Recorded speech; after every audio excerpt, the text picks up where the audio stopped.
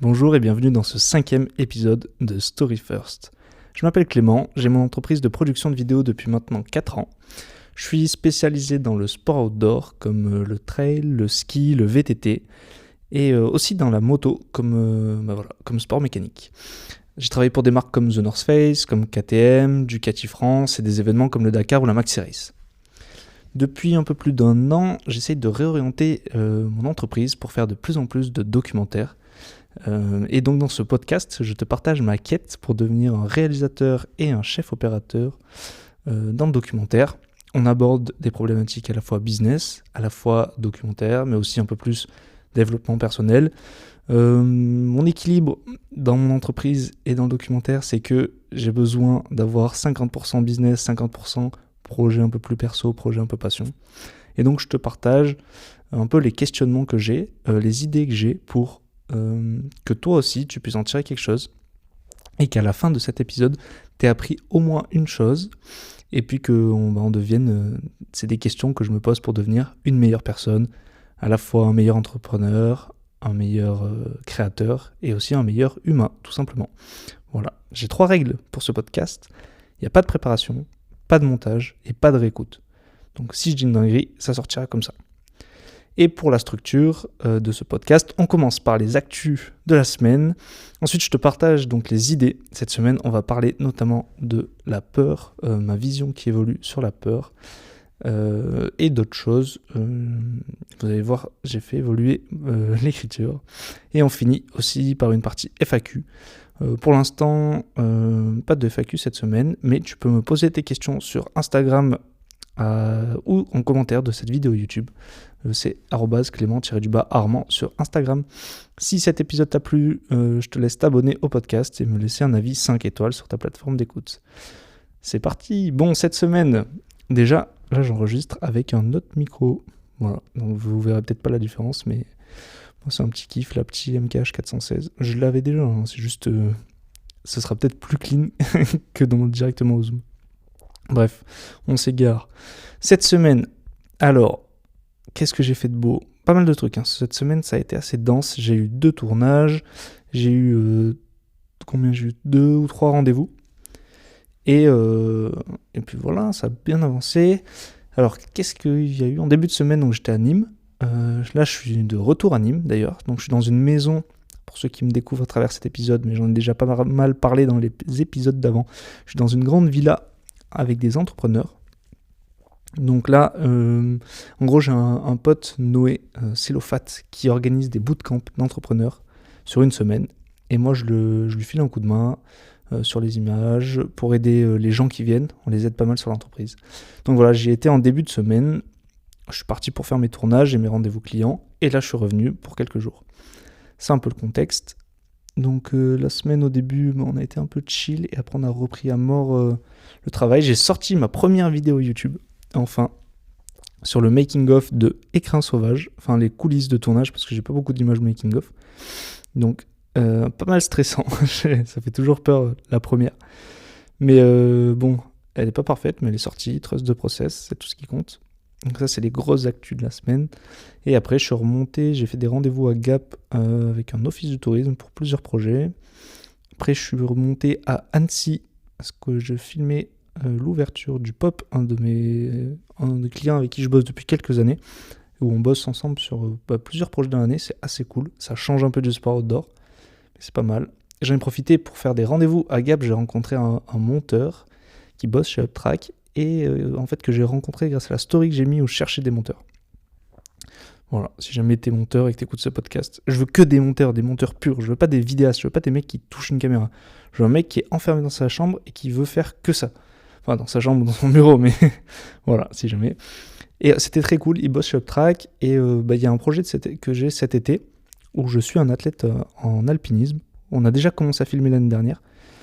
Et bon, je vais pas redétailler, j'en ai déjà parlé dans plein d'autres épisodes, mais je veux faire la suite, parce que le film n'est pas sorti, parce qu'il a eu un accident un peu avant le tournage, donc tout s'est pas passé comme prévu, voilà pour vous spoiler un peu le projet, vous teaser même plutôt, et donc j'ai bien envie de faire ce film, mais je vais jamais avoir le temps de faire la post-prod moi, cet été, donc possiblement qu'il va se passer des choses. Pour l'instant, il faut que je relance, faut que j'envoie ma note d'intention, ce qu'on a déjà fait l'année dernière et tout à Uptrack. J'ai rien fait, on a eu le rendez-vous qu'en jeudi soir, mais depuis je suis en vadrouille tout le temps. Voilà. Mais très cool, le gars était trop sympa, Baptiste, je sais pas s'il écoute ce podcast, mais super rencontre, et je pense que ça peut matcher pas mal. Pour la post-prod, je sais que c'est une problématique qu'on a beaucoup dans le monde de la vidéo. Arriver à trouver des monteurs, quand j'ai mis ma story, il y en a plein qui m'ont dit « Ah putain, on galère tous à trouver ça ». Mais je pense qu'il y en a, il faut juste arriver à les trouver. Et faire du contenu comme je fais aujourd'hui, ça peut aider à les trouver, qu'ils apprécient la culture de boîte et qu'ils apprécient ma vision de la vidéo pour peut-être que ça matche avec leur propre vision et que ça leur donne envie qu'on bosse ensemble.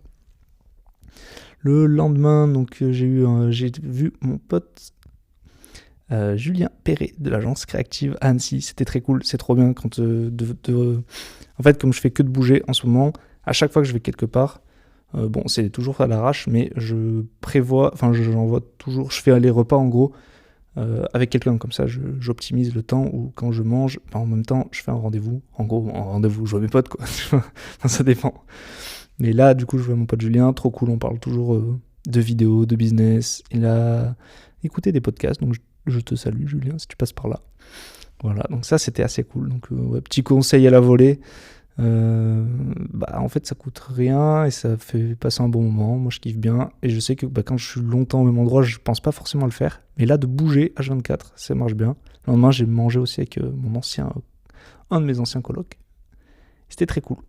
Bref, voilà les actus de la semaine. Tournage au Pop le vendredi soir et aujourd'hui, donc on est le dimanche 28 avril, il y avait là une course de trail en Chartreuse que mon frère fait pour sa prépa, pour son premier ultra cet été. Et comme j'aimerais bien le filmer cet été, normalement ça va le faire sur son ultra, là c'était pour déjà se caler un petit peu, peut-être avoir des archives aussi pour réutiliser si on fait un format un peu sympa. Donc voilà, très cool. J'ai couru un peu plus de 10 bornes avec lui, caméra à la main. Il n'était pas trop en forme, mais ça a fait. Il allait au bout, trace le process, il est un peu blessé. Moi aussi, j'ai un peu mal au genou. Mais bon, ça va faire. Voilà pour les actus de la semaine. Je m'éparpille pas plus. Je crois que j'ai pas de trucs à partager. La semaine qui arrive, je suis encore quelques jours à Nîmes avec les entrepreneurs du château de Célophat. Après, je vais m'installer à Nîmes et il y a la Coupe de France de vélo ce week-end. Le championnat de France à Levins. Donc beau projet, gros tournage. Je pense que le prochain épisode sortira du coup dimanche prochain ou lundi prochain.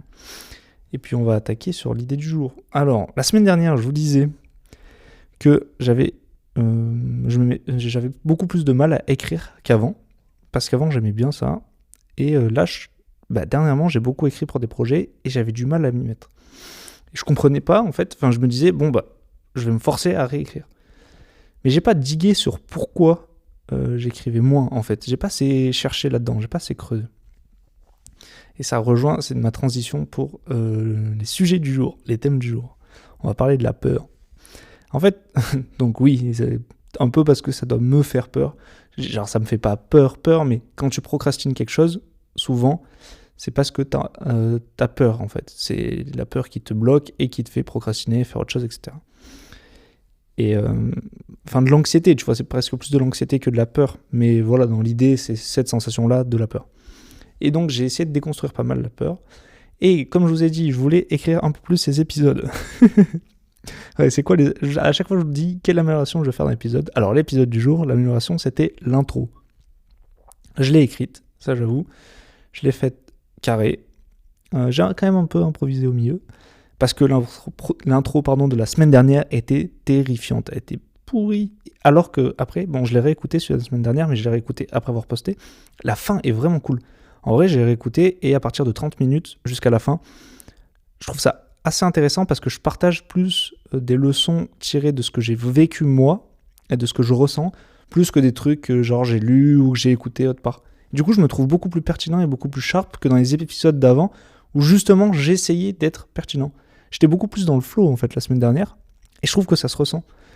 Donc voilà, parce que je pense que les premiers épisodes, j'avais peur de pas être, de pas délivrer assez de valeur et d'être assez intelligent. Donc tout rejoint la peur au final. J'ai l'impression que tout dans la vie rejoint la peur. Enfin qu'on est dicté par cette émotion-là principalement. qu'on est dicté, qu'on est drivé. Bref. Et donc, la fin de l'épisode de la dernière fois était bien, donc peut-être que je vais réussir à retrouver ce flow, ce serait cool. Et l'intro d'aujourd'hui, déjà, est plus carrée. Et on commence déjà à se disperser. Bref, l'écriture. Je vous ai dit que je voulais écrire cet épisode, mais bon, on est dimanche, il est 19h, non, 18h30. Il faut absolument que cet épisode sorte, et j'étais en tournage tout le week-end, j'ai pas du tout eu le temps d'écrire. Donc, ça va être en impro. Mais c'est un peu le but de ce podcast, que ce soit en impro. Alors, du coup, pourquoi je reprends quand même ma note. J'ai une grande note avec tout de ce dont j'aimerais parler. Et pour commencer à aborder la peur, la peur d'écrire en fait. D'où est-ce que ça me vient ? En fait, c'est un truc qui est assez étrange, c'est que j'avais tendance à trop intellectualiser les choses. En fait, au lycée, c'est là où j'ai commencé à m'intéresser à la création de contenu. Et j'étais vachement kéblo sur le passage à l'action. Et je l'ai été toujours après, tu vois, mais globalement, là, c'était sur la création de contenu. Bref. Et j'avais ce truc que beaucoup de personnes ont, peut-être que tu l'as aussi, de essayer de tout théoriser, essayer d'apprendre le maximum de choses sur un sujet avant de faire. Et je sais que c'est la pire approche, tu vois, que la meilleure approche pour apprendre et prendre de l'expérience, c'est apprendre le minimum que tu as besoin, genre pour faire, bon ça, ok, mais de tester instant, passer à l'action, et après d'itérer, de dire ça a marché, ça a moins bien marché, et hop, t'avances. Et en fait, au final, peu importe, quand tu te demandes au début, est-ce que je dois aller à droite ou à gauche, et en fait, t'essayes d'apprendre un maximum sur est-ce qu'il faut que j'aille à droite, est-ce qu'il faut que j'aille à gauche, etc. La métaphore est pourrie, mais... je sais pas, quel business faut que je lance ? Est-ce que je lance un business vu que je vois les business des gens là, est-ce qu'il faut que je fasse, une agence ? Est-ce qu'il faut que je sois en freelance ? Est-ce que comme ça rejoint le sujet des semaines précédentes. En fait, le meilleur moyen de savoir, c'est de tester et de voir alors que d'apprendre, tu restes kéblo, tu testes pas et t'en sais rien en fait. Après, qu'est-ce qui est le mieux pour toi ? Voilà. Donc c'est pareil. Est-ce que c'est mieux d'aller à droite ou à gauche ? En fait, va dans une direction, tu vas voir ce qu'il y a au bout. Et si tu restes kéblo sur place à essayer de faire les plus grosses théories, au final, tu n'auras rien testé et tu n'es même pas sûr d'aller au bon endroit. Donc j'avais beaucoup ça au lycée. Et je l'ai assez mal vécu parce qu'au final, pendant peut-être des années, 2-3 ans, je suis jamais passé à l'action. J'avais plein de projets, j'ai plein de notes de projets où je voulais créer du contenu sur du vélo, par exemple. J'ai acheté un nom de domaine, j'ai fait un site web, j'ai fait des trucs comme ça. J'ai jamais posté, j'ai tourné une vidéo, je ne l'ai jamais sortie. Quoi d'autre que j'ai fait un podcast, je voulais faire un podcast avec un pote parce que je consommais déjà beaucoup de podcasts, genre en 2018, alors que c'est trend maintenant, mais je voulais faire un podcast en 2018 avec un pote à moi, j'étais au lycée, où on partageait justement des idées, un peu comme je le fais dans cet épisode-là, mais plus sur du coup à l'époque sur les questionnements qu'on se posait, nous, quand on était au lycée. Et donc voilà, j'étais vachement bloqué, j'ai jamais sorti ces projets-là. J'en parlais parce que ça me donnait envie, et j'en parlais pas trop.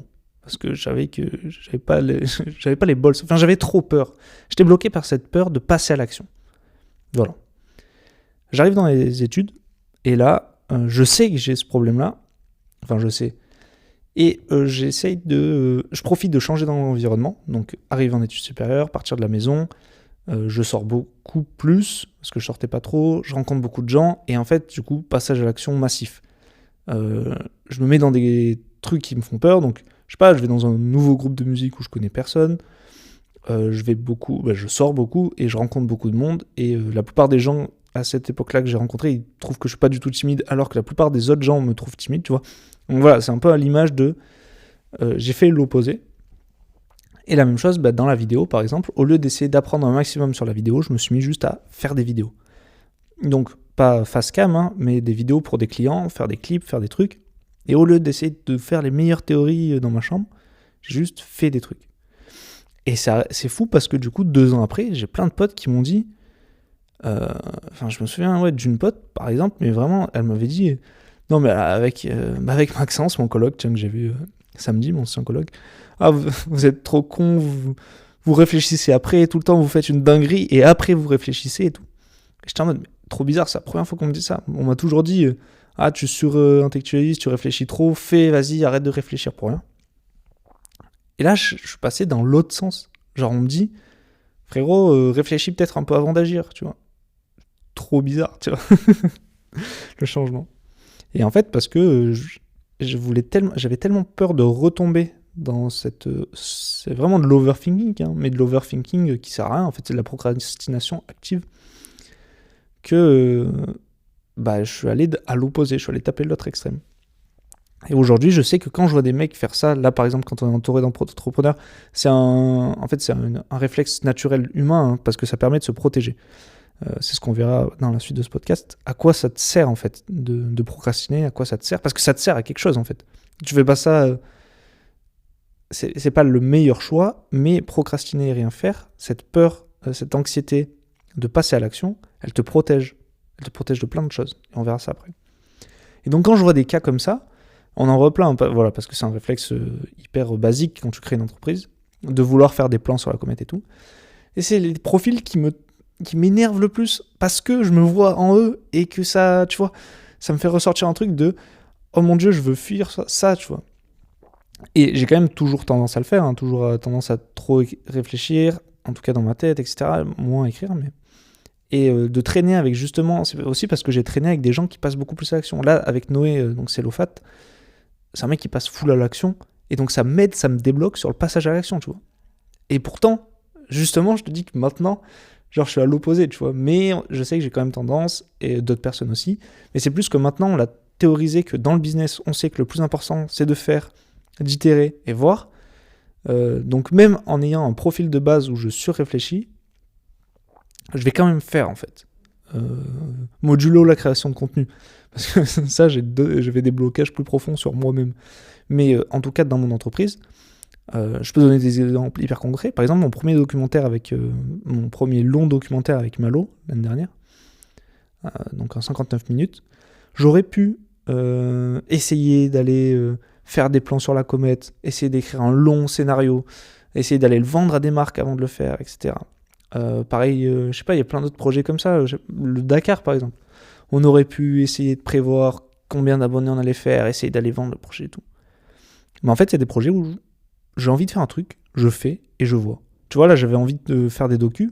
Avant même celui de Malo, le premier que j'ai fait, c'était avec Emric. Donc un pilote en rallye. Donc c'était quand même bien avant, c'était 6 mois avant celui de Malo, je crois. En fait, je sais pas, 2 semaines avant, je me suis mis à me dire, j'en ai un peu marre des projets pro parce que je faisais que de bosser depuis 3-4 mois et je faisais aucun projet perso, et donc je me suis un peu enfermé là-dedans, ce qui était super important parce que je lançais ma boîte, donc il fallait faire de l'argent, c'était la priorité, faire de l'oseille pour plus être stressé de est-ce que je vais avoir assez d'argent le mois d'après. Mais en fait, donc j'ai eu cette phase où je me suis dit, bon, maintenant je vais retrouver un peu de sens dans mon activité, et le documentaire, c'est un truc qui, quand je regarde les vidéos YouTube des ricains, genre je regardais beaucoup Mark Bonne à cette époque-là, qui a fait The Art of Documentary, je me disais, putain, j'ai trop envie de faire ça, tu vois. Lui, il faisait plus des documentaires de 5-6 minutes, tu vois, des très courts. Et je me suis dit, j'ai trop envie de faire un documentaire. Emric, je sais pas, peut-être 2 jours après, il m'envoie un message où on parle de FPV, rien à voir. Et je dis, mec, ça te dit, on fait un documentaire? Et en fait, là, gros passage à l'action massive. Genre, j'ai une idée, je fais, et après, je vois. Ça peut être pareil sur du matos, tu vois. Bon, je regarde quand même beaucoup de contenu matos comparatif pour pas acheter pour rien et tout. Mais genre j'hésitais par exemple, si j'ai l'exemple parfait, j'hésitais entre je vous ai dit, là j'enregistre avec un micro, donc j'ai le MKH 416 de Sennheiser, c'est un micro méga réputé dans le milieu, beaucoup utilisé à Hollywood il me semble, enfin à l'époque tu vois, maintenant je sais pas si j'utilise encore ça, mais beaucoup utilisé aussi dans les voix off, voilà c'est une grosse ref. Et j'hésitais entre lui ou le MKE 600, qui est plus orienté pour vidéaste, tu vois, il a une batterie à l'intérieur, contrairement au MKH 416 où il faut une alim. Voilà. Mais bref, c'est 2 micro-canons assez gros. J'hésitais entre les deux. J'ai pris les deux. Après, j'ai comparé, tu vois. J'ai itéré, j'ai fait mes tests. Et puis voilà, nique sa mère, il n'y avait pas de test qui me concluait. Donc voilà, il y a eu toute cette phase de gros passage à l'action. Et en fait, maintenant, ma peur d'écrire, elle vient. Ça fait beaucoup de développement pour en arriver à cette conclusion-là. Mais au moins, je mets du contexte. Il y a beaucoup trop de contexte.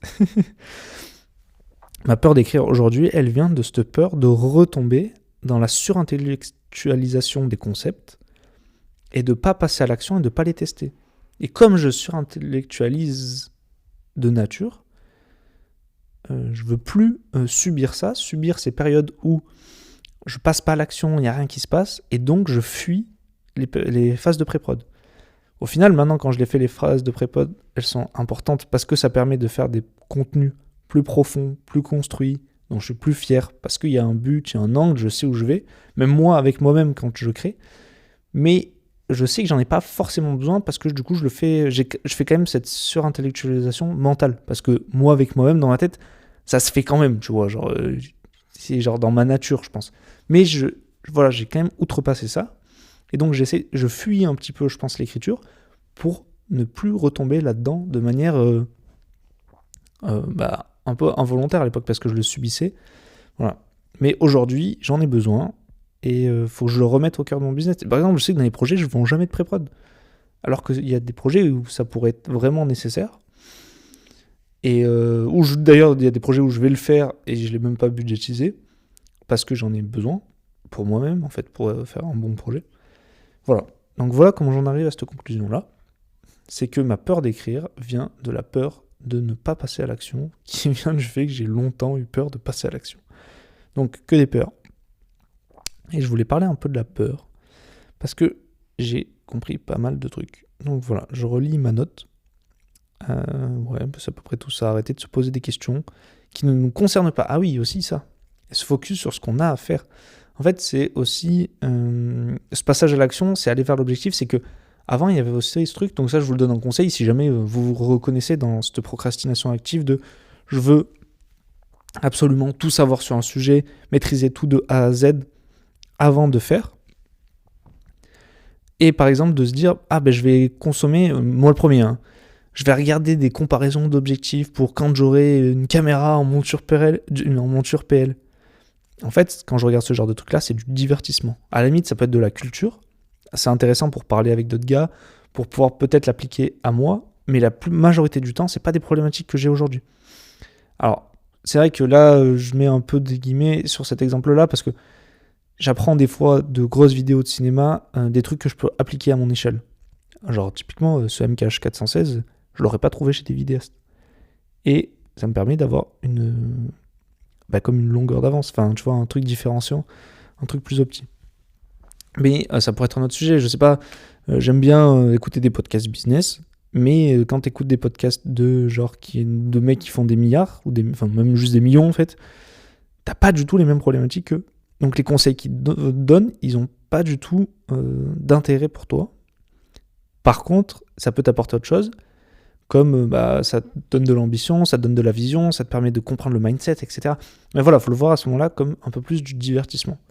Mais quand tu cherches à passer à l'action et que tu cherches des conseils, il faut vraiment orienter sur du contenu qui répond à tes questions. Et je sais qu'en ce moment, je consomme très très peu de contenu, sauf du contenu qui me sert pour passer à l'action, mais genre aujourd'hui. Voilà. Dans les podcasts que j'écoute, dans les vidéos que je regarde, il y en a en ce moment, vraiment depuis un mois, je regarde très très peu de contenu. Je pense que je suis à moins de 2 heures par semaine, quoi. C'est aberrant. Hors podcast. Les podcasts, il y en a pas mal, mais podcasts qui sont vraiment orientés sur agence, donc qui est le step-up de moi qui suis tout seul pour l'instant.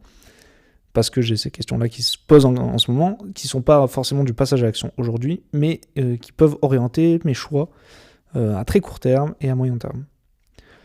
Voilà, d'où, par exemple, je sais pas, la story sur le monteur, ces questions-là. Et pour avoir mes réponses, je consomme ce genre de contenu. C'est pour ça que je vous parle beaucoup de ça dans les derniers épisodes, parce que c'est mes problématiques du moment. Voilà, mais donc c'est des contenus qui correspondent à mes problématiques d'aujourd'hui. Et une des grandes peurs aussi qu'on a, globalement, on a peur d'avoir peur. En fait, globalement, on a plus peur d'avoir peur que peur de quelque chose, souvent, quand on a ciblé nos peurs. Tu vois, là, quand je te dis, j'ai peur de retomber dans ce truc où je passe pas à l'action, en fait, j'ai peur d'avoir de nouveau peur de passer à l'action, tu vois. Et j'ai plus peur de ma peur que réellement la peur principale, quoi. Voilà. Et un truc qui aide beaucoup, donc maintenant qu'on a vu les peurs, c'est de voir comment elles sont construites. En fait, une peur, elle est là pour te protéger. Globalement, tous les trucs où tu n'arrives pas... Ah oui, alors, pourquoi on se questionne sur la peur ? C'est parce que le but de ce podcast, et enfin mon but à moi, c'est de devenir quelqu'un de meilleur. Et en fait, la peur, ce que j'ai remarqué, c'est qu'elle me bloque sur des aspects où ça me permettrait d'évoluer, de scale, de devenir quelqu'un de meilleur, tu vois. Donc j'ai vraiment envie de comprendre tout, pour le coup, de surintellectualiser potentiellement la peur.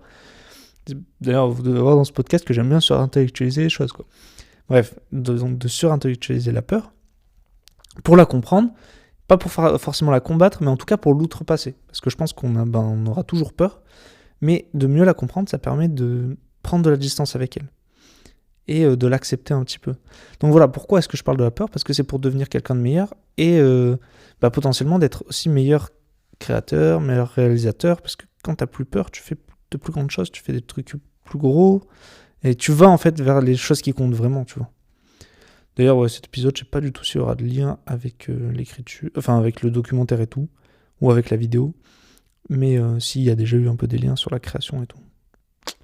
Alors je réfléchis pour essayer quand même de garder ma direction de documentaire et tout. Mais nique sa mère, c'est moi qui fais l'émission, je parle de ce que j'ai envie de parler. Voilà. Donc, et un truc pour...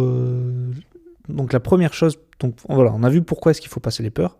Je reprends où j'en étais. J'ai lu mes notes, ça me perd vu qu'elles sont pas écrites de manière structurée.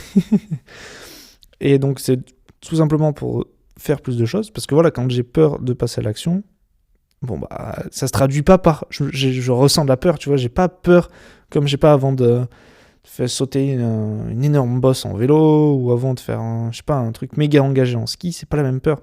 C'est genre, je vais procrastiner en fait. Au lieu de faire ce que j'ai à faire, tu vois, quand je devais monter ma vidéo YouTube, j'ai un peu la flemme. Oh, tiens, je vais aller jouer au baby-foot. C'est réellement ce que j'ai fait, quoi. Tiens, je vais aller faire un jacuzzi. Et donc, je n'avance pas. Et je ralentis ma croissance. Et donc, la première chose, c'est d'arriver à cibler cette peur.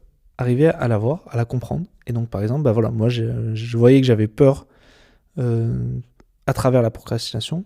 Et réfléchir de quoi elle te protège, cette peur. À quoi ça me sert, en fait, en quoi c'est positif de procrastiner. Qu'est-ce que ça m'apporte de bien ? Parce que ça t'apporte forcément quelque chose de bien. Dit comme ça mais vous allez comprendre. En fait, la procrastination, par exemple, dans notre cas de pourquoi je sors pas ma vidéo, il peut y avoir une peur de l'échec, peur que, par exemple, la vidéo que je sorte, elle marche pas, peur du rejet, peur que en sortant ça, en postant ça, les gens disent qu'ils aiment pas, et de se sentir exclus. Et en fait, il y a plein d'autres peurs. J'ai pas d'autres exemples là. Il y a quoi d'autre ? Il y aurait une peur de l'engagement. Par exemple, là, je m'engage sur des vidéos. J'ai dit à la fin, la semaine prochaine, j'en sors une autre. Donc ça veut dire que je m'engage la semaine prochaine à en faire une autre. Donc il y a une peur de l'engagement, peur du regard des autres, j'ai déjà dit. Et moi, j'ai une peur aussi de parler de moi, tu vois. Donc ça se rejoint là-dedans. Mais c'est une peur de... La peur de parler de moi, elle vient de la peur du rejet, en fait, au final. Et tout ça, en quoi ça me sert ? Globalement, faut voir que toutes les peurs te servent à la survie. En fait, un homme, même les animaux, c'est pareil, mais un homme, il est câblé, globalement, un homme, une femme, t'as compris, pour survivre. Tout ce qu'on fait d'un point de vue, drivé par la peur, c'est parce que c'est pour assurer notre survie. En fait, ça vient des milliers d'années d'évolution où le but en soi d'un humain, c'est de perpétuer l'espèce, c'est de se reproduire, donc de survivre pour en arriver là. Et donc cette peur, quand je procrastine, et que du coup je subis une peur du rejet, une peur du regard des autres, etc., en fait elle me protège parce qu'il y a des milliers d'années, quand on était des hommes préhistoriques, si on se faisait rejeter du groupe, on n'allait pas survivre, parce qu'on était obligé de vivre en tant qu'homme préhistorique en groupe, et donc on a aujourd'hui gardé cette peur de se faire rejeter, alors qu'en soi, je suis juste là, assis sur ma chaise devant mon ordinateur, il va rien m'arriver, tu vois. Mais j'ai quand même toujours cette peur. Et donc, j'essaie de... Voilà, moi, mon raccourci, parce que c'est un peu mon raccourci à moi, hein, chacun a un peu sa vision là-dessus.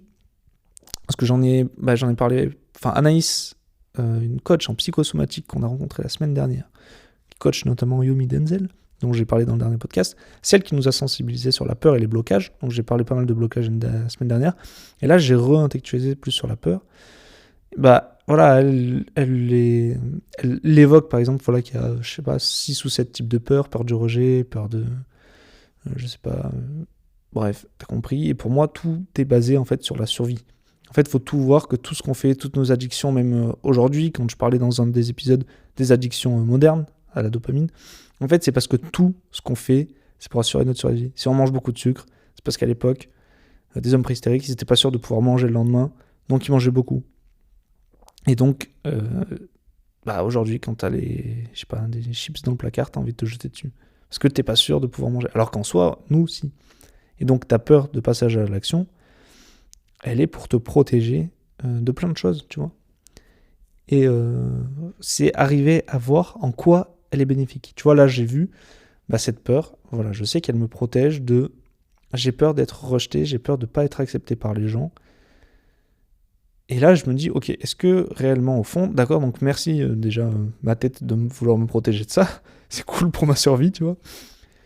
Mais au fond, qu'est-ce que je crains vraiment ? Au pire des cas... peut-être qu'il y a des gens qui vont pas trop aimer et tout, mais j'en sais rien. Puis tous les exemples de gens autour que j'ai vu qui l'avaient fait, pour rester sur la création de contenu, par exemple, parce que voilà, là, c'est l'exemple que j'ai devant moi. J'ai pas d'autres exemples là tout de suite de peur, mais... Bon, celle-là, je pense que pas mal de gens s'identifient à celle-là, mais vous pouvez appliquer ça à beaucoup d'autres peurs. Mais voilà, procrastiner, des fois, c'est aussi se protéger du regard des autres. C'est aussi des fois quand tu procrastines, parce que ton projet, tu sais qu'il peut marcher, tu peux faire beaucoup d'oseille, et quand des fois tu fais beaucoup d'oseille, ça t'éloigne de certaines personnes. Et donc tu vas procrastiner ça parce que tu te dis, si je fais plus d'argent, j'ai peur de m'éloigner de ces gens-là. Je te le dis pas de manière consciente, mais c'est en allant chercher. C'est ça le job d'Anaïs, c'est d'aller te faire chercher là-dedans. Donc je vais pas lui voler son taf, débrouillez-vous. Mais voilà, c'est un peu ça le système que j'essaie d'appliquer, quoi.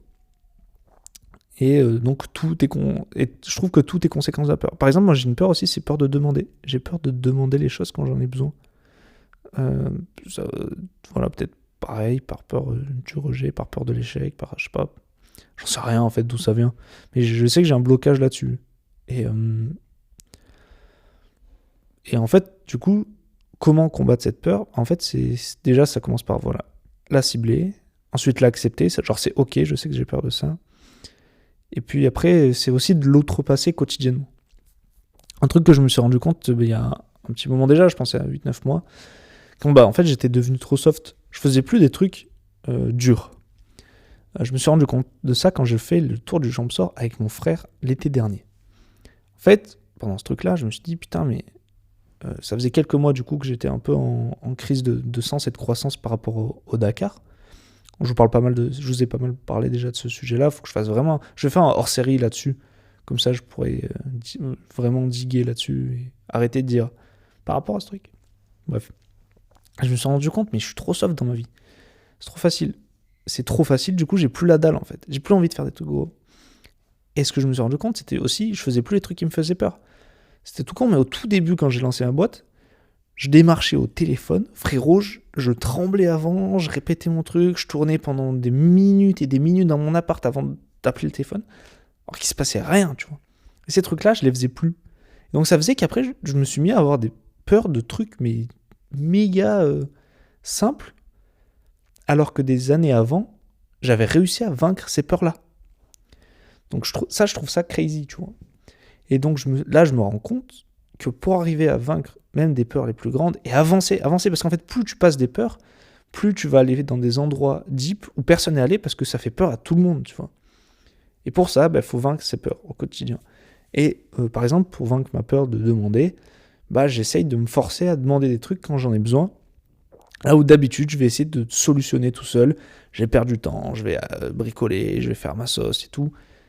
C'est bien, parce que voilà, ça permet d'avoir de l'autonomie, mais il y a des trucs, frérot, je pourrais gagner des heures si juste je demandais, tiens, tu peux me passer ça ? Ah tiens, tu sais ça où c'est ? Ah, tu sais comment je peux faire ça ? Voilà. Donc ça, c'est un exemple par rapport à moi. Et donc, c'est de vaincre ses peurs au quotidien. Voilà. Mais par des petits trucs, tu vois, vaincre la procrastination ou la peur du rejet en faisant, je sais pas, une petite vidéo, en se faisant rejeter, je sais pas, en allant aborder quelqu'un et de casser ces trucs-là. Mais en plus, c'est même pas genre que ciblé dans une peur, c'est que maintenant, en fait, j'essaie de me regarder un peu la troisième personne. Dès que j'ai un sentiment de peur et que ça me bloque, et je dis, oh, attends là, t'as peur de demander là ? Ou ah tiens, là t'as peur de faire ça, de passer à l'action. Ok, pourquoi ça te bloque? Ok. Vas-y, essaye de le faire là maintenant. Ok. Et en fait, comme ça, je progresse. Et au final, tu normalises des trucs qui te faisaient grave peur avant, mais parce que juste tu l'as fait en fait. Tu l'as fait une fois. Là, quand je le dis maintenant, ça me paraît méga obvious, mais bon, je pense que si t'écoutes ce podcast, c'est que t'es pas encore un goth. Ou peut-être, hein, Inch'Allah. Mais voilà, en tout cas, moi j'estime que j'ai encore plein de peurs à dépasser et que ça ce sera de cette manière-là. Voilà, donc j'avais écrit cibler ses peurs, voir en quoi elles nous servent. La procrastination, c'est une conséquence de la peur. Pour ce scale, il faut faire les choses qui nous font peur. Voilà. Je pense que j'ai pas mal fait le tour sur la peur. Je peux réagir à un truc. J'ai entendu un truc dans un podcast d'Antonin, 4h30, je recommande, podcast d'Antonin Henry. Il parlait d'un truc intéressant, c'est l'instabilité des envies quand on est jeune. Alors je sais pas si c'est que quand on est jeune, parce que je vois des potes qui sont comme ça à 35 ans. Mais bon, c'est de dire, on sait jamais, on a envie de faire trop de trucs, tu vois, genre... il y a un an par exemple, donc quand j'ai cette crise, j'étais en mode, ah tiens... est-ce que j'achèterais pas un van et j'irais voyager? Ah tiens, bah là j'aimerais bien développer plusieurs trucs, enfin aller voyager, j'aimerais bien voyager par exemple, plus aller à l'étranger. Et en fait, on sait jamais, enfin on a envie de faire plein de trucs, du coup ça part dans tous les sens, on n'avance pas, on n'est pas focus. Et en fait il a évoqué un truc dans lequel je me reconnais pas mal. C'est l'idée qu'en fait dans cette instabilité, tu peux trouver de la synergie entre les différentes choses qui t'animent. Et ça m'a parlé de ouf parce que c'est ce que j'ai essayé de faire. Tu vois, par exemple, là, ce qui m'intéresse dans le sport en ce moment, c'est développer ce qui est... Non, c'est plutôt que j'essaye de développer dans le sport ce qui me sert pour mon entreprise, par exemple, pour la vidéo. En gros, je filme pas mal de trails, comme je vous l'ai dit. Je veux faire beaucoup plus de films aussi en montagne, en haute montagne, donc je veux progresser en alpinisme. Et donc, quand dans mes grands objectifs à long terme, c'est ce que j'ai noté, je les ai fait la semaine dernière, j'ai noté être capable de filmer en haute montagne et être autonome. Et en fait, c'est être autonome en alpinisme. Et donc dans mes objectifs de sport, j'ai des objectifs à la fois de performance en trail, à la fois de technique aussi en ski, en alpinisme et tout, qui sont liés à mon objectif global de step up en vidéo. Et en fait, il faut arriver à faire du lien entre tout ça. Parce qu'en fait, si je progresse en alpinisme en trail, ça va faire aussi progresser mon projet global de devenir un meilleur entrepreneur dans la vidéo, devenir un meilleur réalisateur, devenir un meilleur chef opérateur dans les films de montagne, par exemple. Et donc, en fait, c'est assez lié. Et ça, je trouve ça top d'arriver à faire des synergies. Pareil, tu vois, tout au début de l'épisode, je t'ai dit « Ah, j'ai mangé avec mes potes » ou « J'ai fait des rendez-vous, etc. » En fait, là, l'intérêt, c'est que je fais une synergie de... Je passe un moment social, en même temps, j'apprends des trucs, en même temps, je fais mon repas, donc un temps qui est... Donc, on dirait que je veux tout optimiser, mais c'est juste que le temps est assez limité, et pour pas se perdre, c'est important d'arriver à faire des synergies entre les choses. Pareil, j'ai pensé à ça, c'est que mon envie de voyager, au final, depuis que j'ai mon entreprise, depuis que je suis à temps plein dans la vidéo, plutôt on va dire comme ça, je suis allé dans plein de pays, j'ai rencontré plein de gens à l'étranger et tout. Et donc au final, j'arrive à vivre cette envie du voyage sans acheter un van et faire une chaîne YouTube sur le voyage en van, tu vois. Mais en partant, je suis allé où? Je suis allé en Hollande, en Belgique, en Grèce, en Arabie Saoudite, au Maroc, à Dubaï, pour le travail. Genre, c'est ouf. Et avant ça, je suis allé une seule fois dans ma vie, je suis allé au Canada. Sinon, j'avais jamais pris de long vol. Enfin, genre, je suis allé en Italie, en Espagne en voiture, tu vois. Mais c'est tout. Et en fait, c'est une synergie dans tout ça. Et j'arrive à retrouver le voyage, à retrouver les rencontres dans mon projet global qui développe la vidéo, tu vois. Pareil, j'aimerais bien apprendre l'anglais. Alors ça, j'en ai encore jamais trop parlé, mais ça, c'est entre moi et moi-même pour l'instant. Mais j'irais bien bosser peut-être en tant que salarié ou stagiaire, ou je sais pas, dans une boîte de prod à l'étranger, genre aux US, au Canada, mais au Canada anglais. Ou par exemple en Australie ou quoi.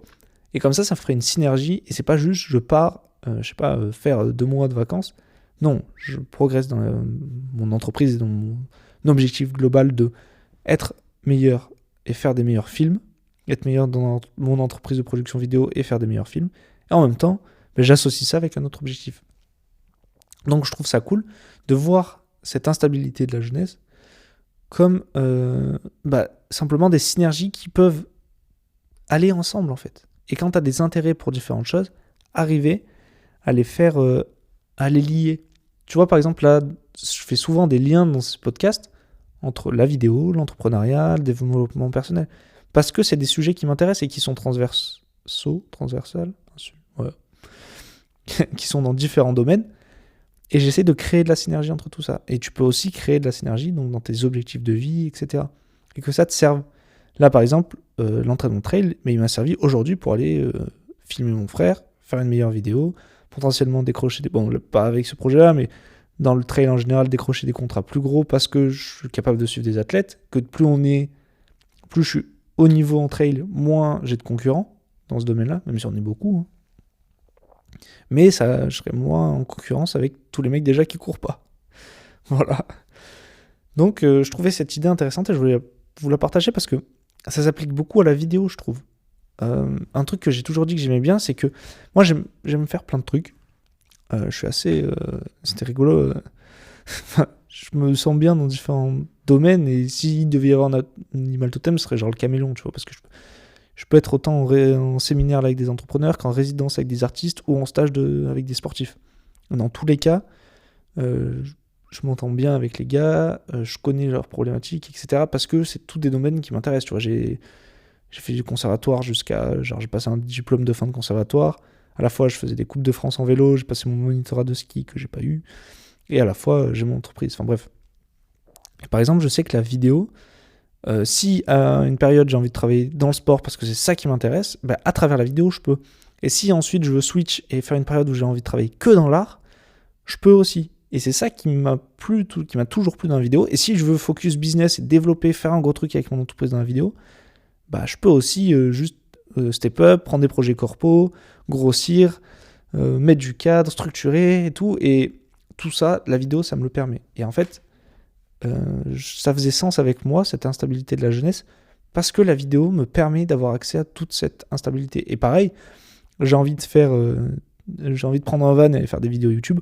J'ai déjà l'XP sur savoir filmer, savoir monter, savoir développer une chaîne YouTube, savoir faire des miniatures, savoir communiquer, savoir écrire des histoires. Et tout ça, je l'ai appris dans la vidéo, tu vois. Donc voilà, pensez, je ne sais pas si vous faites de la vidéo, si vous avez votre entreprise, mais potentiellement, il y a des compétences transversales et qui peuvent vous aider. Pareil, la vidéo, ça m'a permis d'avoir accès à des athlètes en alpinisme. J'aurais jamais eu accès si je faisais pas de vidéo. Les mecs, ils sortent jamais, à part entre potes, entre eux, genre. Parce que c'est trop dangereux de prendre d'autres mecs, la responsabilité est trop grande. Putain, moi, je suis arrivé, j'étais nul, je suis toujours pas très très bon, mais ils m'emmènent avec eux. Tout ça grâce à la vidéo. Voilà. Et donc, si j'ai envie d'apprendre des compétences, la vidéo me permet d'avoir ça. Donc, c'était pas mal. J'avais envie de vous partager ça. Je bois un verre d'eau et regardez combien de temps. Ça fait déjà 43 minutes. Mais je crois que cet épisode, j'ai trop développé sur des trucs qui valaient pas le coup. J'ai juste envie de raconter ma vie, je crois. Désolé. Attendez. Et l'épisode de la semaine dernière était bien, donc je me dis peut-être... Et j'ai pas mal raconté des trucs perso. Et j'ai quelques retours, en plus de potes. Comme j'ai sorti ma vidéo YouTube, et que les podcasts sont sur YouTube, je salue notamment Jolan, qui m'a fait un retour sur ce podcast. Donc ça fait plaisir. Je sais pas s'il écoutera cet épisode. Mais ça fait assez bizarre. Pour l'instant, je poste en mode, il y a personne qui regarde, personne qui écoute. Mais comme... bref. Ta gueule. De quoi on peut parler ? J'ai noté pas mal de trucs. Ah, tiens, si on peut parler un peu de documentaire. Plusieurs choses. Alors, cette semaine, j'ai aussi rencontré Timao. Donc, Timao, c'est un créateur qui fait pas mal de vidéos sur YouTube. Je l'ai découvert genre méga tôt, je pense qu'il avait pas 1000 abonnés. Et j'ai grave accroché à son écriture. Donc, je me suis dit, je m'abonne et j'ai suivi beaucoup tout au début. Là, ça fait 6 mois, j'ai plus du tout suivi. Il écoutera probablement jamais ce podcast, donc bon. Et il avait même percé bien sur Instagram, je crois qu'il a 40 000 abonnés.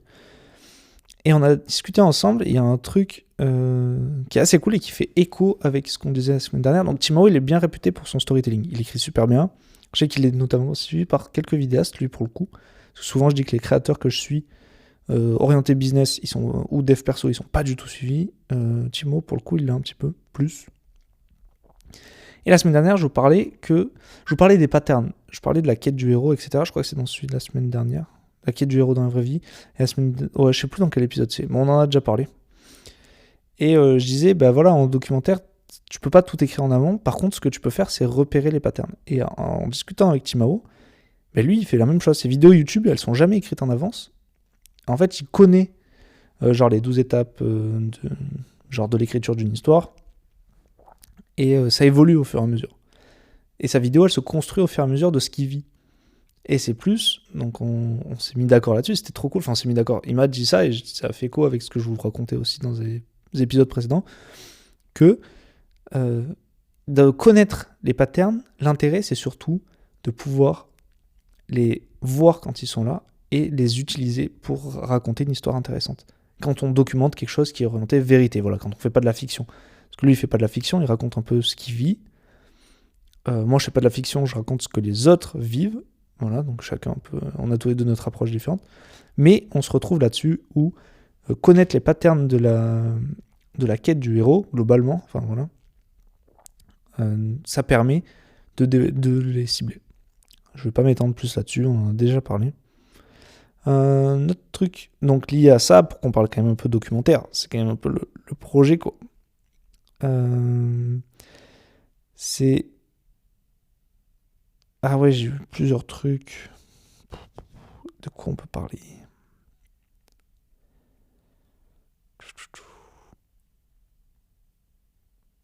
Si j'ai plusieurs trucs, je sais pas lequel choisir. Ah, si, voilà, pour le documentaire, j'ai noté, je suis biaisé as fuck quand je pense trouver une bonne story, parce que ça dépend de si ça touche ce que j'ai vécu. En fait, je me suis rendu compte quand je vous partageais les semaines précédentes. En fait, je vous partageais que j'étais souvent lié avec les histoires des mecs que je racontais. En fait, ça fait écho avec moi, et donc c'est pour ça que ça me touche, et que je vais le raconter sous cet angle-là, parce que c'est souvent des trucs que j'ai vécu. Je vous disais notamment que c'est important de vivre des expériences pour pouvoir raconter des histoires des autres, et que t'es potentiellement moins touché par une histoire où t'as pas vécu ça.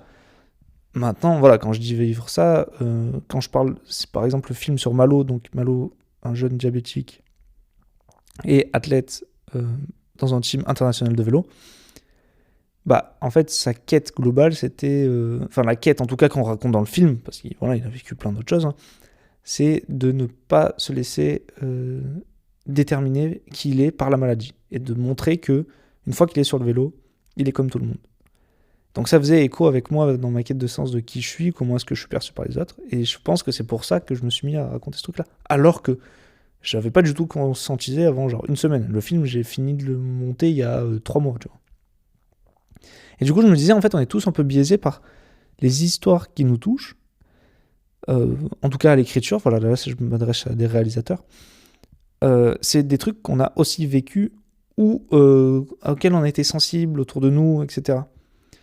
Et par exemple, il y a des fois peut-être des très bons films, j'ai aucun exemple, hein, je regarde pas de films en ce moment, des très bons films qui nous intéressent pas du tout parce que on n'a pas vécu la galère que lui a vécu. Si, j'ai un exemple très concret. C'est pas sur des films, bon, désolé, c'est encore sur de l'entrepreneuriat, et je consomme que ça en ce moment, désolé. Mais ça fait écho avec les films, vous allez comprendre. C'est la fameuse histoire d'étudiants fauchés à millionnaires, genre c'est le storytelling de Yomi, justement. On parlait de Yomi tout à l'heure. Et ça, il y en a plein qui l'ont fait. Genre, de chômeur à millionnaire, de from zero to... un peu from zero to hero, quoi. Mais là-dedans, il y en a plein qui se reconnaissent pas, tu vois. En fait, c'est Théo Lyon, justement, je le cite à chaque épisode, qui disait, moi, je suis pas parti de... Tu vois, j'étais pas un étudiant fauché, quand j'étais à Versailles. Moi, je me reconnais pas là-dedans non plus, tu vois, j'étais pas méga riche, enfin, je suis toujours pas méga riche, hein, mais c'était ok, tu vois, genre, j'ai toujours eu ce que j'avais besoin. Les darons, ils ont géré, tu vois. Mais bon, sans non plus être dans l'excès du tout, hein. Genre, mes caméras, je les achetais moi avec l'argent que je gagnais, tu vois. Bref. Et du coup, ces histoires-là, alors je les aime bien quand même, moi, elles me touchent un petit peu, mais tu vois, Théo, il disait, ça le touche pas du tout. Et il y a plein de trucs comme ça où ça touche pas du tout. Et donc, quand on trouve une bonne histoire, il faut faire attention que la quête reste universelle et que ce soit pas juste en écho avec nous.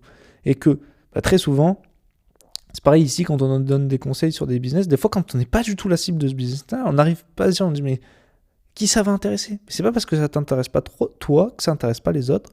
Et à l'inverse, il y a des trucs qui peuvent t'intéresser toi et tu te dis oh ça va intéresser tout le monde. Et peut-être pas parce que t'es biaisé par ta propre histoire. Donc ça vous en faites ce que vous voulez. Il n'y a pas de voilà, c'est un questionnement que je me suis posé. Faire attention à ça et voir si est-ce que ça a déjà été traité, est-ce que ça fait écho dans autre chose, et est-ce que c'est vraiment un pattern que vous avez reconnu chez d'autres personnes qui du coup ça peut les toucher. Tiens, j'ai un truc qui est opposé à Story First, un sujet que j'ai noté. C'est que l'art, ça peut simplement être beau et c'est pas forcément avec un objectif de faire passer un message, de convaincre, de faire passer une idée. Voilà. Pareil, je pose ça là. Il y a pas de, j'ai pas trop envie de développer là-dessus, mais juste, je sais que moi, un film avec une belle direction de la photographie, des fois même si ça raconte pas grand-chose, mais je peux rester devant, tu vois, et je surkiffe. Juste parce que c'est beau. À l'image d'une belle œuvre d'art, je sais pas, un beau tableau. Je sais pas, j'ai pas assez de culture en tableau. Mais voilà, là je suis dans une pièce, il y a un tableau, il a aucun sens. Enfin, c'est une peinture. Je peux trouver ça stylé, ça peut être un paysage. Ça raconte rien, mais c'est beau en fait. Et je pense que l'homme aime l'art pour le beau, et aime à la fois créer de l'art aussi, tu vois, c'est un peu dans le prolongement de l'homme. Je pense que tout homme aime créer. Alors là, dans ma tête, c'est un peu compliqué parce qu'il y a des gens qui créent pas du tout. Et pourtant, ils vivent très bien, tu vois. Mais j'ai l'impression, autour de moi, en tout cas, beaucoup de gens aiment créer pour créer, et qu'on peut aimer l'art, en fait, pour le beau, et qu'il n'y a pas forcément besoin d'avoir une histoire, et que des fois, juste... moi, ça m'attrape, quoi, une belle composition, belle lumière. Quand ça raconte quelque chose, c'est encore mieux. Mais des fois, l'art se suffit à lui-même. J'ai vraiment pas digué là-dedans, il n'y a aucun truc. J'ai juste pensé à ça la dernière fois. Ça n'a pas forcément besoin de sens, quoi. Voilà. Une autre idée, par-ci par-là, voilà, c'est plus que des petits tips. Si, c'est la différence de vitesse entre le monde de l'entreprise et la vraie vie. Enfin, et l'école, je pense que c'était surtout ça. C'est que tu vois, moi, des fois quand je renvoie un truc une semaine après, on me dit « Ah, merci pour la rapidité ». Alors qu'à l'échelle d'un humain, ça me paraît méga long. Mais à l'échelle d'entreprise, ça se compte en mois. Et en fait, ça, faut arriver à le capter. Bon, au début, je me mettais beaucoup la pression en mode « Oh mon Dieu, je mets longtemps à répondre ». Et puis après, on me disait « Ah, t'as fait vite ». Je comprenais pas, tu vois. Et par contre, donc après, au bout d'un moment que tu comprends ça, tu te dis « Bon, c'est bon, je peux envoyer mon devis plus tard ». Je sais pas, envoyer une vidéo plus tard, pas forcément. Mais donner une réponse, elle peut être sous une semaine, sous 2 semaines. Les gens sont pas choqués, quoi, dans le monde de l'entreprise, parce que les décisions des grosses boîtes prennent des mois, quoi.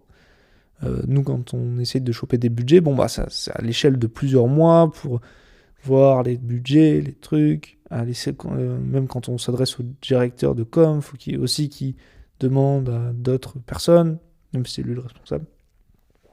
Mais à l'inverse, du coup, faut pas tomber dans le manque de vélocité à court terme. Par exemple, envoyer un devis le jour même ou le lendemain, des fois c'est ça qui te fait qui s'oscille, tu vois. Être très rapide sur une livraison d'une vidéo événementielle, même si t'avais pas mis une deadline très serrée, c'est des trucs où faut être bon, ou pareil, profiter des momentum. Là, je sais pas, en ce moment, mon film de The North Face, il est sorti. Fallait que mes coulisses, elles sortent une semaine après, pour profiter de la hype autour du film. Voilà, je sais pas d'autres exemples, ça peut être quoi? Si tu rencontres quelqu'un, il va absolument bosser avec toi, la vélocité d'exécution, et ça, ce sera bien vu en fait. Voilà, donc ça c'est un petit conseil business que j'ai remarqué, mais c'est vrai qu'il y a ce truc où, putain, c'est lent quoi, quand même à l'échelle des entreprises. Enfin, t'envoies des réponses sur des mois et des mois, mais c'est normal en fait. Et juste quand t'es à l'école, si tu rends pas le truc le lendemain, enfin le jour même, tu te fais défoncer, et ce qui est ok, tu vois, peut-être c'était la deadline et tout. Mais dans le monde de l'entreprise, il faut respecter la deadline aussi. Mais j'ai l'impression que les échéances sont beaucoup plus longues, tu vois. Tu peux livrer ton film sur 2 semaines, quoi. Mais pas rater la vélocité quand il y en a besoin. Bon, on est pas mal. Soit combien de temps? 55 minutes. Oh, et il me reste une barre de batterie. J'espère que ça va tenir. Non, ça va tenir. Ah oui, j'ai un petit truc, pareil pour les mecs qui créent et qui font des projets gros. Parce que voilà, depuis un an, je fais quand même j'essaye de me tourner vers des films de plus en plus gros. Et un truc que j'ai remarqué, c'est que souvent, le projet, quand il sort, mais même pas que gros, hein, des fois ça peut être un clip, mais un clip, voilà, un format très court, même un docu très court, mais qui sort 6 mois plus tard, parce que dans la stratégie communication de l'entreprise, fallait que ça sorte à tel moment, et il l'avait prévu avant, c'est que le moment où ça sort, ça correspond pas à la vision du mec au moment T où ça sort. Ça correspond à la vision du mec à T -1, quoi. Au moment où il a écrit le projet, en tout cas. Et donc c'est pareil, le jour où tu vois quelqu'un qui travaille pour une nouvelle marque, ou même, genre là, très concret, mon film pour The North Face sort. Ce film, on a commencé à le filmer il y a 1 an. Aujourd'hui, il sort, j'ai fini de le monter en juillet. C'est pas du tout ma vision de la vidéo aujourd'hui. Pareil, le film de Malo. Alors, j'ai pas du tout le même avis sur le film de Malo que le film sur Écran Sauvage. Si vous voulez voir mon avis d'ailleurs, je dis que j'en suis pas satisfait de ce film Écran Sauvage, mais j'en suis quand même très content de l'expérience. C'était un bon moment. Une très bonne expérience de faire ce premier film de ski. Et pareil, le film de Malo, ma vision, j'ai écrit le projet il y a un peu plus d'1 an, on a commencé à filmer il y a un peu plus d'1 an. Ma vision sur ce projet-là, le jour où il sort, il va probablement sortir dans quelques mois encore, elle correspond pas du tout à ma vision et mon niveau actuel à l'instant où il sera sorti, tu vois. Et ça, c'est super dur, à la fois en comparaison avec les autres et aussi en comparaison aux projets qu'on peut avoir, aux clients qu'on peut avoir. Enfin, je sais pas, moi, voilà, j'ai une petite galipette à faire dans la tête. Exemple, je vois quelqu'un qui sort un projet, on va prendre très simple, je vois un mec qui filme du trail, qui sort un projet pour Salomon. Je dis, ah putain, trop stylé, j'aimerais bien bosser pour Salomon. Je me dis, ah nanana. Et je me dis, ah putain, comment il a fait et tout. Et en fait, ce que je réfléchis, c'est, mais attends, frérot, pour que ça en arrive là, le moment où il a rencontré Salomon, ils ont commencé à parler du projet, c'était il y a 6 mois peut-être. Donc toi, si aujourd'hui, t'es même pas en train de discuter avec la personne, discuter de ce projet-là que t'as envie de faire comme lui, tu vois, ou tu vois un documentaire, tu te dis, je veux faire pareil, en fait, ce projet, il y a moyen qu'il sorte dans 1 an, quoi. Et du coup, ça veut dire que le mec, il a eu sa vision, il a rencontré le client, peut-être 1 an avant que le projet sorte. Donc toi, quand tu te dis, ah, il travaille pour une nouvelle personne, ça fait déjà 1 an que c'est sur le feu, quoi. Enfin, 1 an, 6 mois, peu importe. Voilà.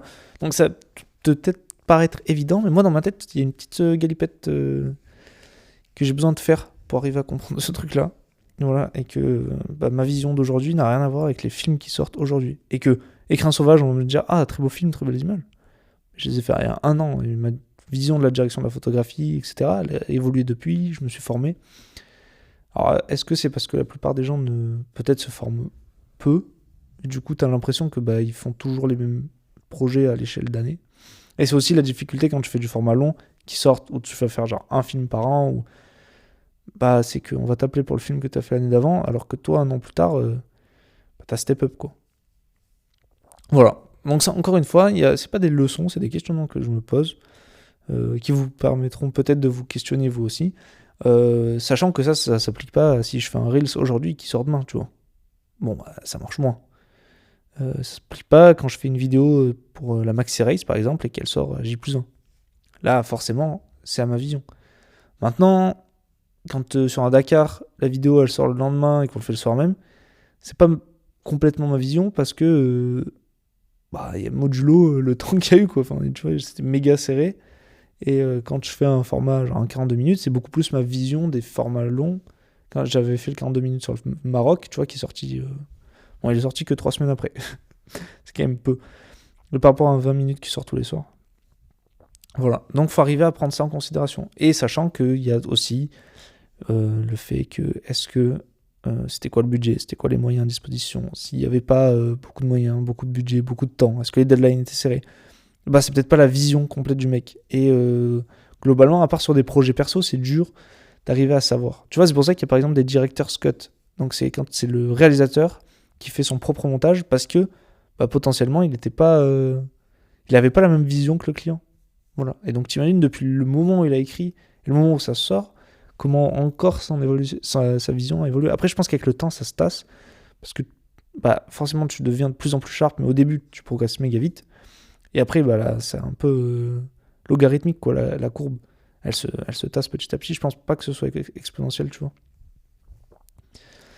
Voilà, petit questionnement là-dessus. Et je pense qu'on va être bon, ça fait 1 heure. Ouais. Un petit dernier. Je sais pas du tout si je fais bien ou pas. J'ai l'impression d'avoir parlé de plein de trucs.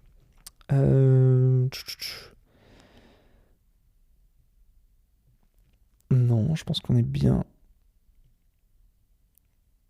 Ah, aussi un truc sur les films, tiens, un dernier truc sur les documentaires. Comme ça, je peux. En fait, c'est une grande note où il y a tout qui est marqué. Et comme ça, je peux supprimer ça de la note. Ah, il y a 2 trucs, putain. J'ai noté pour la peur, comme ça on conclut sur la peur. La peur nous empêche de vivre des vrais trucs. Donc on consomme full contenu pour avoir l'impression de vivre des vrais trucs. Par exemple, au Dakar, ouais, c'est ce que je fais. Ok, là-dessus, j'étais un peu tourmenté. Je me disais, je vais arrêter de consommer trop de contenu parce que j'ai l'impression de vivre par procuration la vie des autres. Genre, typiquement, je sais pas, je peux donner. Si, j'ai un exemple très concret. Inox, il fait ses vidéos avec la sirène, j'avais grave kiffé ce concept-là. Puis après, je me suis dit, mais en fait, je vis par procuration parce que lui, il vit dans la vraie vie. Donc, mec, arrête de vivre ça. Puis après, je me suis dit, mais mec, quand tu pars au Dakar, ce que tu fais, c'est que tu fais vivre par procuration les gens le Dakar, au lieu qu'ils le vivent vraiment. Ça va pas ou quoi? Toi, tu veux pas faire ça? Et après, j'ai entendu un truc qui m'a fait changer d'avis là-dessus. Enfin, du coup, là, j'étais un peu. Il y avait un paradoxe dans ma tête, quoi. Parce qu'il y a ce truc, c'est comme regarder une Coupe du Monde de foot à la télé ou aller jouer au foot. Et quand t'es heureux parce que ton équipe gagne ou quand t'es méga triste, en fait, tu vis ces émotions par procuration.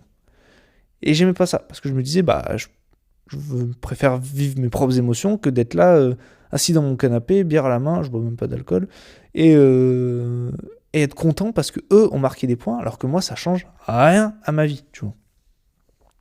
Après, il y a un deuxième stade. Il y a le stade où tu vis des émotions par procuration, mais de tes potes. Tu vois, genre, ma sœur gagne une course de vélo, parce qu'elle a gagné une course de vélo aujourd'hui. Bravo, ma sœur, t'écoutes pas ce podcast, mais bravo quand même. Là, je suis content pour elle, encore plus quand je suis présent. Mais là, c'est une bonne joie, je pense, de vivre ces émotions-là par procuration et pour des proches, d'arriver à partager ça, parce qu'une émotion forte, elle est encore plus puissante quand elle est partagée. Je veux pas creuser trop de ce côté-là, c'est plus sur la création de contenu que j'ai envie d'axer. Mais voilà, je fais une petite parenthèse pour pas oublier cet axe-là. Et donc, moi, pour le Dakar, comment on fait? Et en fait, la dernière fois, j'ai entendu une anecdote d'une femme qui disait « J'adore lire des livres parce que j'ai l'impression de vivre 50 vies au lieu d'en vivre qu'une. » Donc tu peux dire « Ah ouais, bah, la meuf, elle veut pas genre juste vivre dans sa vraie vie au lieu de vivre dans les livres. » Si on rejoint ma vision sur l'équipe de foot. Mais en fait, le truc, c'est que c'est trop cool qu'elle puisse vivre finalement 50 vies en une. Elle ressent les émotions, elle passe par plein de phases, comme si elle avait vécu ces trucs-là. Mais c'est un condensé, en fait. Tu vis pas la vie complète du mec, tu vois. Tu vis, quand on est au Dakar, tu vis 20 minutes du Dakar tous les jours. Tu vis pas 1 heure devant ta télé en live. 1 heure, je sais pas. On vit combien de temps? On dort 4h30 par nuit. Donc tu vis pas 19h30 de Dakar, genre dans ton canapé à rien faire, quoi. C'est juste 20 minutes, tu ressens comme si tu étais sur Dakar. En fait, c'est top, parce que bah ils peuvent vivre un peu de Dakar, un peu de foot. Bon, foot, les matchs, j'ai un peu plus de mal, mais tu vois, si, je sais pas, tu suis un joueur de foot, tu peux vivre sa vie, tu suis un artiste, tu peux vivre sa vie sur une tournée. La fiction, je trouve que c'est encore différent, mais bon, j'ai pas trop à pencher sur la fiction. Bon, de toute façon, j'ai pas réfléchi du tout sur la fiction.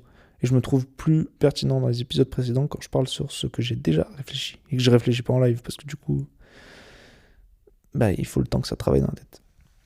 Et donc là, je trouve ça cool, parce qu'au final, moi, c'est pareil, consommer des docus, quand on consomme trop, bon bah, tu vis plus dans ta vraie vie et tu prends juste les émotions des autres.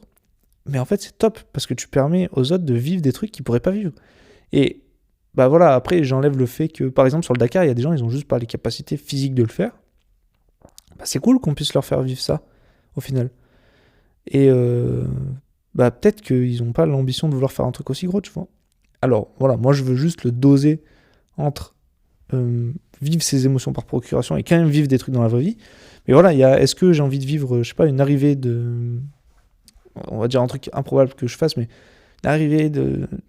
Je sais pas, je gagne l'UTMB, voilà, un truc bien improbable. Mais je peux aussi le vivre à travers le livre de Mathieu Blanchard.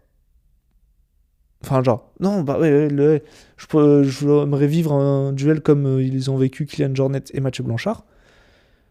Un duel au sommet sur la course d'Ultra Trail la plus réputée et tout.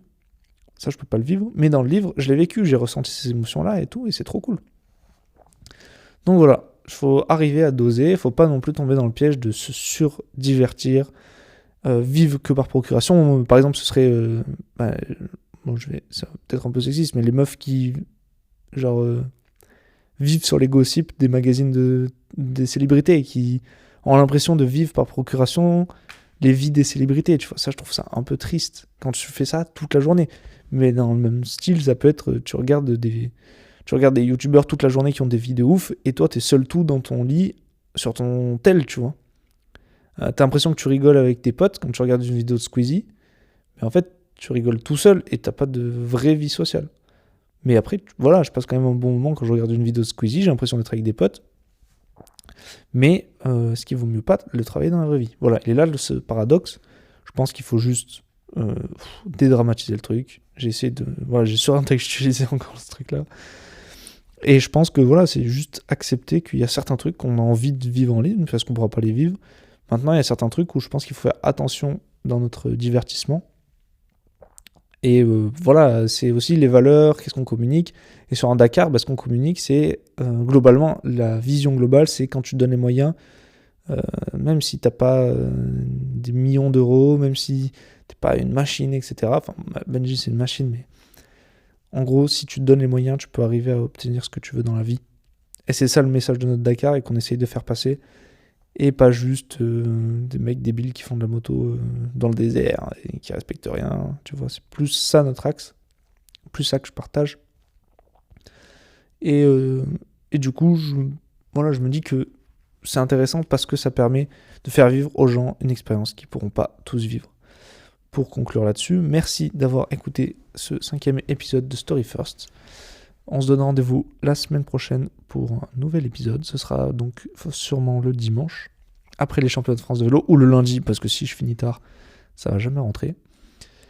Merci pour votre écoute et à bientôt.